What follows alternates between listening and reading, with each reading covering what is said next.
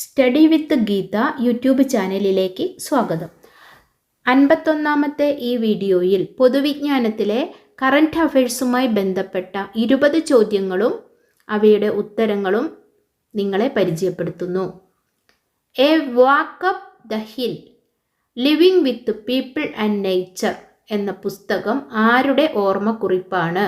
മാധവ് ഗാഡ്ഗിൽ. ഇന്ത്യയിൽ ഏറ്റവും കൂടുതൽ പ്രമേഹ രോഗികളുള്ള സംസ്ഥാനം ഗോവ. അഭ്യസ്തവിദ്യരായ ട്രാൻസ്ജെൻഡർ വിഭാഗങ്ങൾക്ക് തൊഴിലവസരം ഉറപ്പാക്കാൻ കേരള നോളജ് എക്കോണമി മിഷൻ നടപ്പാക്കുന്ന പദ്ധതി പ്രൈഡ്.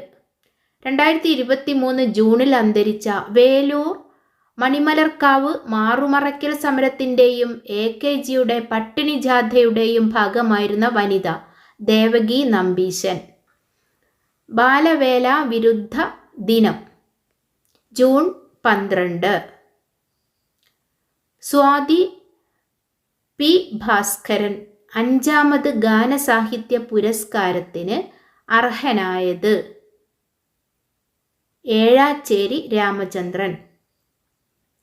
2023 അണ്ടർ 20 ഫുട്ബോൾ ലോകകപ്പിൽ കിരീടം നേടിയ രാജ്യം യുറുഗ്വായി. പൊതുസ്ഥലത്ത് മാലിന്യം തള്ളുന്നത് ശ്രദ്ധയിൽപ്പെട്ടാൽ വിവരം അറിയിക്കുന്നതിനായുള്ള കേരള എമർജൻസി റെസ്പോൺസ് സപ്പോർട്ടിംഗ് സിസ്റ്റത്തിൻ്റെ നമ്പർ 112. 2023 ജൂണിൽ അന്തരിച്ച അമേരിക്കൻ എഴുത്തുകാരൻ കോമാക് മക്കാർത്തി.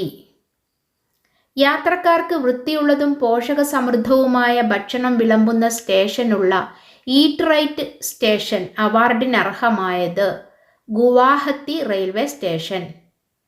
ബിരുദധാരികൾക്ക് സ്റ്റൈപ്പൻഡോടെ IT പാർക്കുകളിൽ ഇന്റേൺഷിപ്പിന് അവസരമൊരുക്കുന്ന കേരള സർക്കാർ പദ്ധതി ഇഗ്നൈറ്റ്.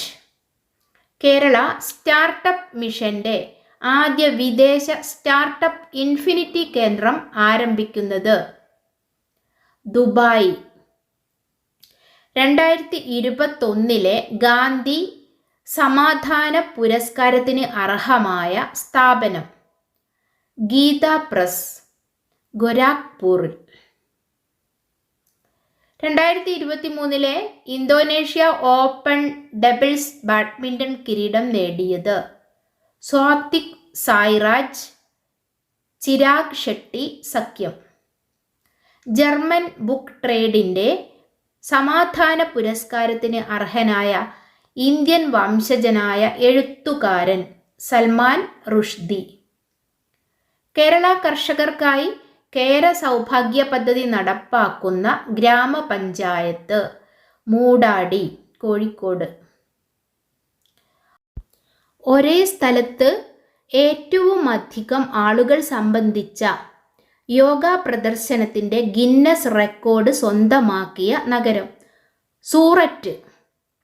ഏറ്റവും കൂടുതൽ രാജ്യങ്ങളിലെ പൗരർ പങ്കെടുത്ത് ഗിന്നസ് റെക്കോർഡിന് അർഹമായ യോഗാഭ്യാസം നടന്നതെവിടെ? ഐക്യരാഷ്ട്രസഭ ആസ്ഥാനം ന്യൂയോർക്ക്.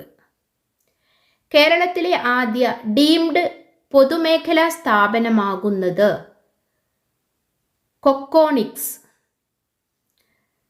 2023 ജൂണിൽ ലൈംഗിക വിദ്യാഭ്യാസം സിലബസിൽ ഉൾപ്പെടുത്തണമെന്ന് നിർദ്ദേശിച്ച ഹൈക്കോടതി കേരള ഹൈക്കോടതി.